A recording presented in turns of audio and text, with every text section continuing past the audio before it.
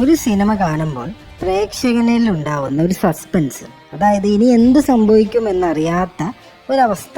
അങ്ങനെയുള്ള സസ്പെൻസ് സിനിമയുടെ അവസാനം വരെ നിലനിർത്തി പോന്നു. എന്നിട്ട് സിനിമയുടെ അവസാനം ആരും പ്രഡിക്റ്റ് ചെയ്യാത്ത പോലത്തെ വലിയൊരു ട്വിസ്റ്റും, ഒരു പെർഫെക്റ്റ് മൂവിയുടെ അല്ലെങ്കിൽ ഒരു മാസ്റ്റർ പീസ് മൂവിയുടെ ഒരു ഫോർമുലയാണ് നമ്മൾ ഇപ്പോൾ പറഞ്ഞ ഈ ഒരു കാര്യം.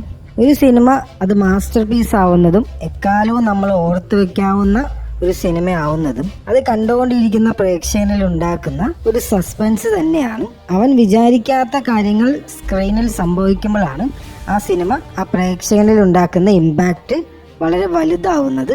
അത് തന്നെയാണ് നമ്മൾ ഇന്ന് ഈ വീഡിയോയിൽ നോക്കുന്ന മൂവി സജഷൻസ്. ആർക്കും പ്രെഡിക്റ്റ് ചെയ്യാൻ പറ്റാത്ത ട്വിസ്റ്റുകളുള്ള 5 മികച്ച സിനിമകൾ. ഒരുപാട് സിനിമകളുണ്ട് ഈ ഒരു കാറ്റഗറിയിൽ. അതുകൊണ്ട് തന്നെ ഇവിടെ നമ്മൾ അധികമാരും സജസ്റ്റ് ചെയ്യാത്ത എന്നാൽ വളരെ മികച്ചതുമായ സിനിമകളാണ് ഉൾപ്പെടുത്താൻ ശ്രമിച്ചിട്ടുള്ളത്. ഒട്ടും സമയം കളയുന്നില്ല, വീഡിയോയിലോട്ട് കിടക്കാം. ഇപ്പൊ നമ്മുടെ ലിസ്റ്റിലുള്ള 5ാമത്തെ സിനിമ നോക്കാം.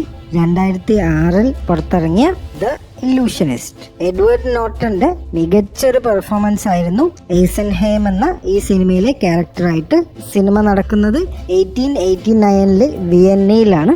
ആ കാലത്തുള്ള വളരെ സാധാരണക്കാരനായ ഒരു ആശാരിയുടെ മകനും ആ നാട്ടിലെ വളരെ സമ്പന്ന കുടുംബത്തിലുള്ള ഒരു പെൺകുട്ടിയുമായി വളരെ ചെറുപ്പത്തിൽ തന്നെ ഇഷ്ടത്തിലാവുകയും ഈ വാർത്ത അറിഞ്ഞ ആ പെൺകുട്ടിയുടെ ഫാമിലി വന്നിട്ട് ഇവര് രണ്ടുപേരെയും സെപ്പറേറ്റ് ചെയ്യുകയും ഈ പാവപ്പെട്ട ആ കുട്ടിയെ നാട് കടത്തുകയും ഉണ്ടായി. ഈ 2 ആൾക്കാരുടെ പേരാണ് ഐസൻഹെയിമും സോഫിയും. അങ്ങനെ ഐസൻഹെയിം വളരെ ചെറുപ്പത്തിൽ തന്നെ വിയന്ന വിട്ട് വേറെ കുറെ സ്ഥലങ്ങളിൽ യാത്ര ചെയ്ത് ഒരു മെജീഷ്യനായി മാറുകയായിരുന്നു. അങ്ങനെ 15 വർഷത്തിനു ശേഷം ഐസൻഹെയിം മടങ്ങി വരികയാണ് വിയന്നയിലേക്ക് തന്നെ.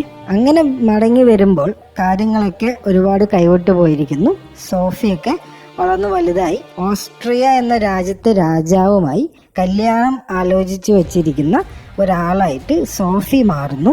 ഐസൻഹെയിം ഒരു മെജീഷ്യനാണെന്ന് പറഞ്ഞു, എന്നാൽ വളരെ ഒരു സാധാരണ ഒരു മെജീഷ്യൻ അല്ല.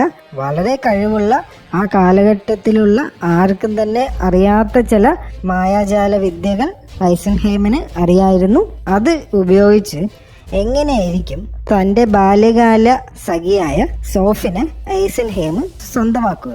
പ്ലോട്ട് കേൾക്കുമ്പോൾ ഒരു മലയാള സിനിമയുടെ കഥ പോലെയൊക്കെ തോന്നുമെങ്കിലും അങ്ങനെയല്ല.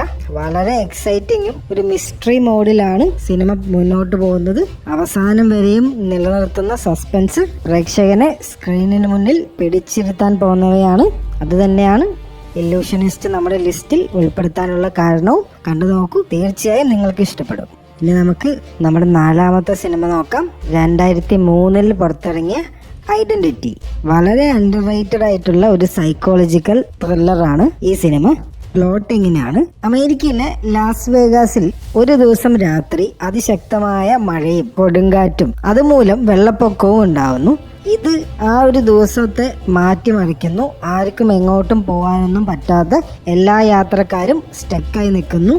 അങ്ങനെ ഒരു 10 പേര്, ഒരു 10 സ്ട്രേഞ്ചേഴ്സ് എന്ന് പറയാം, ആർക്കും അങ്ങോട്ടും ഇങ്ങോട്ടും ഒന്നും അറിയുകയില്ല.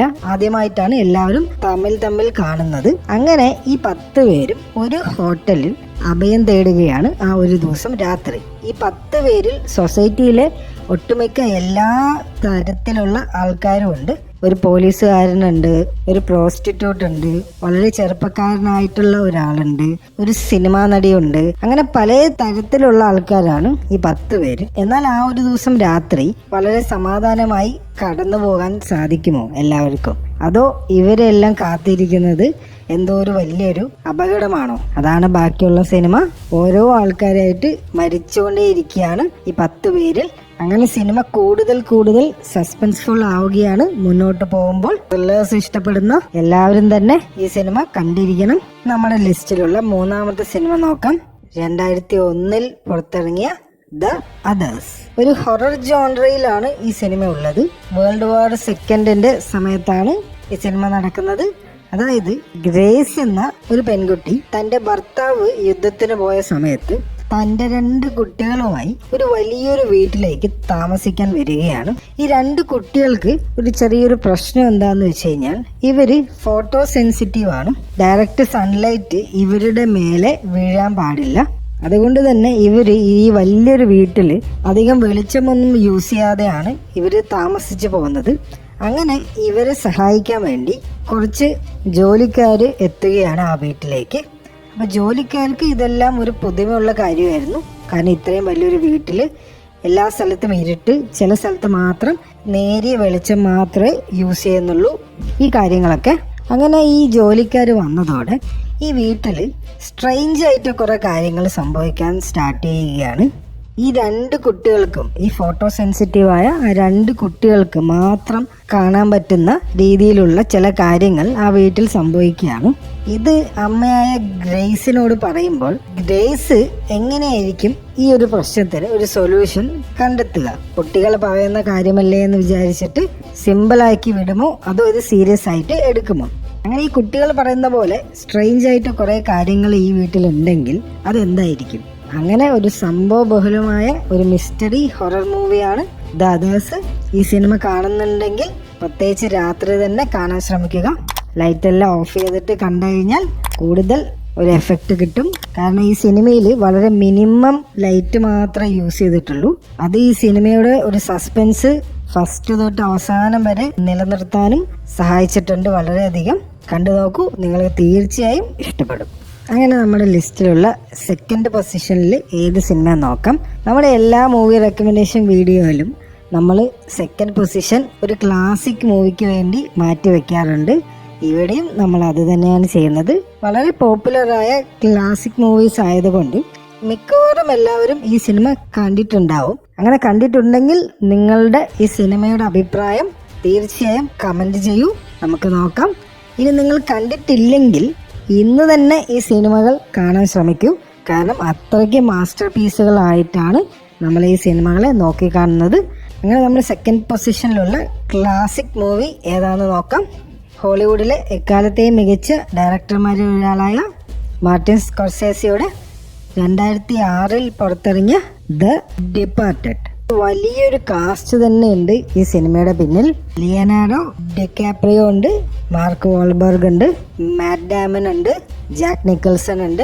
അങ്ങനെ ഒരു വലിയൊരു താരനിര തന്നെ ഈ സിനിമയിലുണ്ട്. സിനിമയുടെ പ്ലോട്ട് ഇങ്ങനെയാണ്. അമേരിക്കയിലെ സൗത്ത് ബോസ്റ്റണിലുള്ള ഒരു ഗ്യാങ്ങിനെ പിടികൂടാൻ വേണ്ടിയിട്ട് വളരെ യങ് ആയിട്ടുള്ള ഒരു പോലീസുകാരനെ അണ്ടർ കവറായിട്ട് ആ ഗ്യാങ്ങിലേക്ക് വിടുകയാണ് പോലീസ്. എന്നാൽ പോലീസിലെ വളരെ ചില ആൾക്കാർക്ക് മാത്രമേ ഈ കാര്യങ്ങൾ അറിയുകയുള്ളൂ. എന്നാൽ ഈ ഐറിഷ് ഗ്യാങ് ആവട്ടെ അങ്ങനെ സാധാരണക്കാരൊന്നുമല്ല. അവർക്കുമുണ്ട് പോലീസിൽ ഒരുപാട് ന്യൂസൊക്കെ ചോർത്തി കൊടുക്കുന്ന ആൾക്കാർ. അങ്ങനെ ഇവരുടെ രണ്ടുപേരുടെയും ഒരു ക്യാറ്റ് ആൻഡ് മൗസ് ഗെയിമാണ് ഈ ഒരു സിനിമയിലുള്ളത്. വളരെ ഒരു ഇൻട്രസ്റ്റിംഗ് എൻ്റർടൈനറാണ് ഈ സിനിമ. ഓരോ സീന് കഴിയുമ്പോഴും ഇനി എന്ത് സംഭവിക്കുമെന്ന് അറിയാത്ത എന്നൊരവസ്ഥയിലാവും ഈ സിനിമ കാണുമ്പോൾ എന്ന് ഉറപ്പാണ്. കണ്ടിട്ടില്ലെങ്കിൽ തീർച്ചയായും ഇന്ന് തന്നെ കാണാൻ ശ്രമിക്കൂ. അങ്ങനെ നമ്മുടെ ലിസ്റ്റിലുള്ള ഒന്നാമത്തെ സിനിമ നോക്കാം. വളരെ അണ്ടർ അപ്രീഷിയേറ്റഡ് ആണെന്ന് ഞങ്ങൾക്ക് തോന്നിയൊരു സിനിമയാണ്. അതുകൊണ്ട് തന്നെയാണ് ഇത് ഒന്നാം സ്ഥാനത്ത് ഞങ്ങൾ ഇട്ടതും. അങ്ങനെ അണ്ടർ റേറ്റഡായി പോകാൻ പല കാരണങ്ങളുണ്ട്. അതിലൊന്ന്, ഇതൊരു റീമേക്കാണ്. 1974 ഇതിൻ്റെ ഒരു ഒറിജിനൽ മൂവി ഇറങ്ങിയതാണ്. അത് പിന്നെ 2017 റീമേക്ക് ചെയ്യായിരുന്നു ചില മാറ്റങ്ങളുമായി. ഒറിജിനൽ വലിയൊരു ക്ലാസിക് മൂവി ആയതുകൊണ്ട് ഈ ഒരു സിനിമയ്ക്ക് അത്ര ഒരു റിയാക്ഷൻ ഓഡിയൻസിൻ്റെ ഭാഗത്തുനിന്ന് ഉണ്ടായില്ല. അപ്പോൾ നമുക്ക് നോക്കാം ഏതാണ് ഈ സിനിമ എന്ന്. 2017 പുറത്തിറങ്ങിയ murder on the orient express. സിനിമയുടെ പ്ലോട്ട് ഇങ്ങനെയാണ്. അതായത് ഓറിയന്റ് എക്സ്പ്രസ് എന്ന് പറഞ്ഞിട്ട് യൂറോപ്പിൽ വളരെ ഫേമസ് ആയൊരു ട്രെയിൻ ഉണ്ട്. യൂറോപ്പിലെ മിക്ക നഗരങ്ങളെയും കണക്ട് ചെയ്യുന്ന വലിയൊരു ട്രെയിനാണത്. ഒരു ലക്ഷറി ട്രെയിൻ എന്ന് വേണമെങ്കിൽ നമുക്ക് വിളിക്കാം. അങ്ങനെ ഈ ട്രെയിനിൻ്റെ ഒരു യാത്രയിൽ അവിചാരിതമായി നടക്കുന്ന പല കാര്യങ്ങളാണ് ഈ സിനിമയുടെ സ്റ്റോറി. ഈ സിനിമയുടെ കാസ്റ്റിനെ കുറിച്ച് പറയാതിരിക്കാൻ വയ്യ. ജോണി ഡെപ്പ് മുതൽ ഒരുപാട് വലിയ താരങ്ങളുണ്ട് ഈ സിനിമയിൽ. ഇതിലെ മെയിൻ പ്രൊട്ടാഗണിസ്റ്റായി വരുന്നത് ഒരു ഫ്രഞ്ച് ഡിറ്റക്റ്റീവ് ആണ്. ഫേമസ് ആയ പല കേസ് അന്വേഷിച്ച് സക്സസ്ഫുൾ ആയ ഡിറ്റക്റ്റീവ് ആണ് ഹെർക്കുലീസ് പോയിറോട്ട് എന്ന ഇയാള്. അങ്ങനെ ഈ ഓറിയന്റ് എക്സ്പ്രസ്സിലെ യാത്രയിലെ ഒരു ദിവസം ഈ ജോണി ഡെപ്പിന്റെ ക്യാരക്ടർ അവിചാരിതമായി മരിക്കാൻ ഇടയുണ്ടായി. ഈ മരണം അന്വേഷിക്കുകയാണ് ഹെർക്കുലീസ് ചെയ്യുന്നത്. അങ്ങനെ ഫസ്റ്റ് ക്ലാസ്സിലെ എല്ലാ ആൾക്കാരെയും ഒരുപോലെ സംശയിക്കുകയാണ് ഹെർക്കുലീസ്. ഫസ്റ്റ് ക്ലാസ്സിലെ യാത്രക്കാരെന്ന് വെച്ച് കഴിഞ്ഞാൽ ചില്ലറ ആൾക്കാരൊന്നുമല്ല, വളരെ സമ്പന്നരായ അതേപോലെ വളരെ പവർഫുള്ളുമായ കുറേ ആൾക്കാരാണ്. അങ്ങനെ കേസ് അന്വേഷിക്കാൻ സ്റ്റാർട്ട് ചെയ്യുകയാണ് ഹെർക്കുലീസ്. ഈ ഓറിയന്റ് എക്സ്പ്രസ്സിലെ യാത്ര അവസാനിക്കുമ്പോഴേക്കും ഈ കേസ് അന്വേഷിച്ച് പൂർത്തിയാക്കാൻ സാധിക്കുമോ? അതാണ് ചോദ്യം. ഒരു ക്ലാസിക് ഹൂഡന്നിറ്റ് ജോൺറിയിലാണ് ഈ സിനിമ വരുന്നത്. സിനിമയുടെ ക്ലൈമാക്സിൽ വലിയൊരു ട്വിസ്റ്റ് തന്നെ നിങ്ങളെ കാത്തിരിക്കുന്നുണ്ട്. അതുകൊണ്ട് തന്നെ തീർച്ചയായും നിങ്ങൾ ഈ സിനിമ കാണൂ, ഉറപ്പായിട്ടും ഇഷ്ടപ്പെടും. സസ്പെൻസ് സിനിമയുടെ അവസാനം വരെ നമുക്ക് ഒരു ഐഡിയയും കിട്ടില്ല ആരാണ് ഇത് ചെയ്തത് എന്ന്. ഞങ്ങൾ സ്ട്രോങ് ആയി റെക്കമെൻഡ് ചെയ്യുന്നു. ഈ സിനിമ എല്ലാവരും കണ്ടു നോക്കൂ. അങ്ങനെ നമ്മുടെ ഈ സജഷൻ വീഡിയോ ഇവിടെ അവസാനിക്കുകയാണ്.